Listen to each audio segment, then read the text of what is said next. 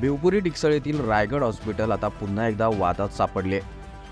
अपेंडिक्सच्या उपचाराकरता आलेल्या 16 वर्षीय तरुणाचा उपचार घेत असताना मृत्यू झाल्याने एकच खळबळ माजली आहे। रोहित भगवान गवळी राहणार मानिवली असं मृत तरुणाचं नाव आहे।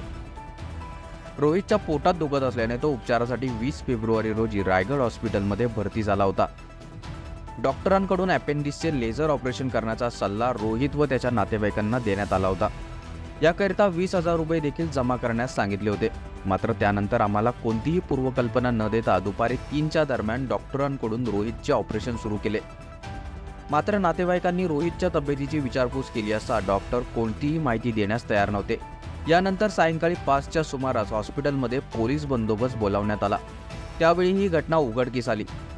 यानंतर हॉस्पिटल बाहेर रोहितचे नातेवाईक व गावातील तरुणांनी एकच गर्दी केली।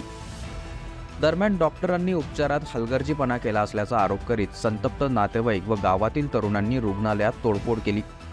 नेरळ पोलीस ठाण्याचे प्रभारी अधिकारी शिवाजी ढवळे यांनी परिस्थिती योग्य रीतीने हाताळून जमावास दूर केले व बॉडी कर्जत येथे शवविच्छेदन करण्यास पाठवली। रायगड हॉस्पिटलमध्ये माझा भाचा रोहित गवली त्यांनी मला रात्री 10 वाजता फोन केला। मामा माझा अपेंडिक्स सांगितलं, मी सोनोग्राफी काढलेली आहे पण मी रायगड हॉस्पिटलमध्ये जात आहे फक्त ॲडमिटसाठी।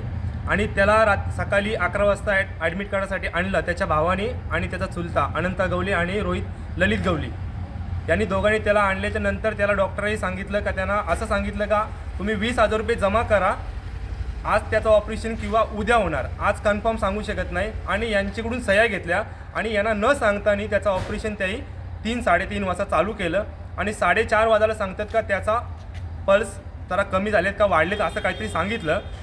त्यानंतर त्याला एक बाजूलाच ठेवलं ICUमध्ये का त्याला हार्ट अटॅक आला आहे म्हणून। असं त्याला हार्ट अटॅक वगैरे काहीच आलेला नाही आहे, हे सगळं फसवलेलं आहे। डॉक्टरांच्या हलगर्जीपणामुळे हे झालेलं आहे सगळं काही। काय ऑपरेशन होतं आणि तुम्ही आता काय बघितलं पोस्टमॉर्टम? आम्ही आलेलो आहे तिथेशी कर्जत सरकारी हॉस्पिटलमध्ये।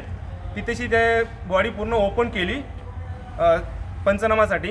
आमच्यासोबत एक कॉन्स्टेबल का इन्स्पेक्टर साहेब आहेत आमच्या जोडीला। त्यावेळी बॉडी तिथे ओपन केल्यानंतर माझ्याकडे मी व्हिडिओ केलेली आहे। व्हिडिओ केल्यानंतर तिथेशी आता आम्हाला सांगितलं की लेझरमध्ये ऑपरेशन करणार आहेत केलेलं आहे म्हणून। ऑपरेशन पूर्ण सक्सेस झालेलं आहे। बॉडी 3 ठिकाणी फाडलेली आहे, त्याही सहजासहजी किडनीला हात लावलेला आहे। माझी एकच मागणी आहे, माझ्या भाच्याला न्याय मिळाला पाहिजे आणि त्या रायगड हॉस्पिटलला लॉक लागल्या पाहिजे।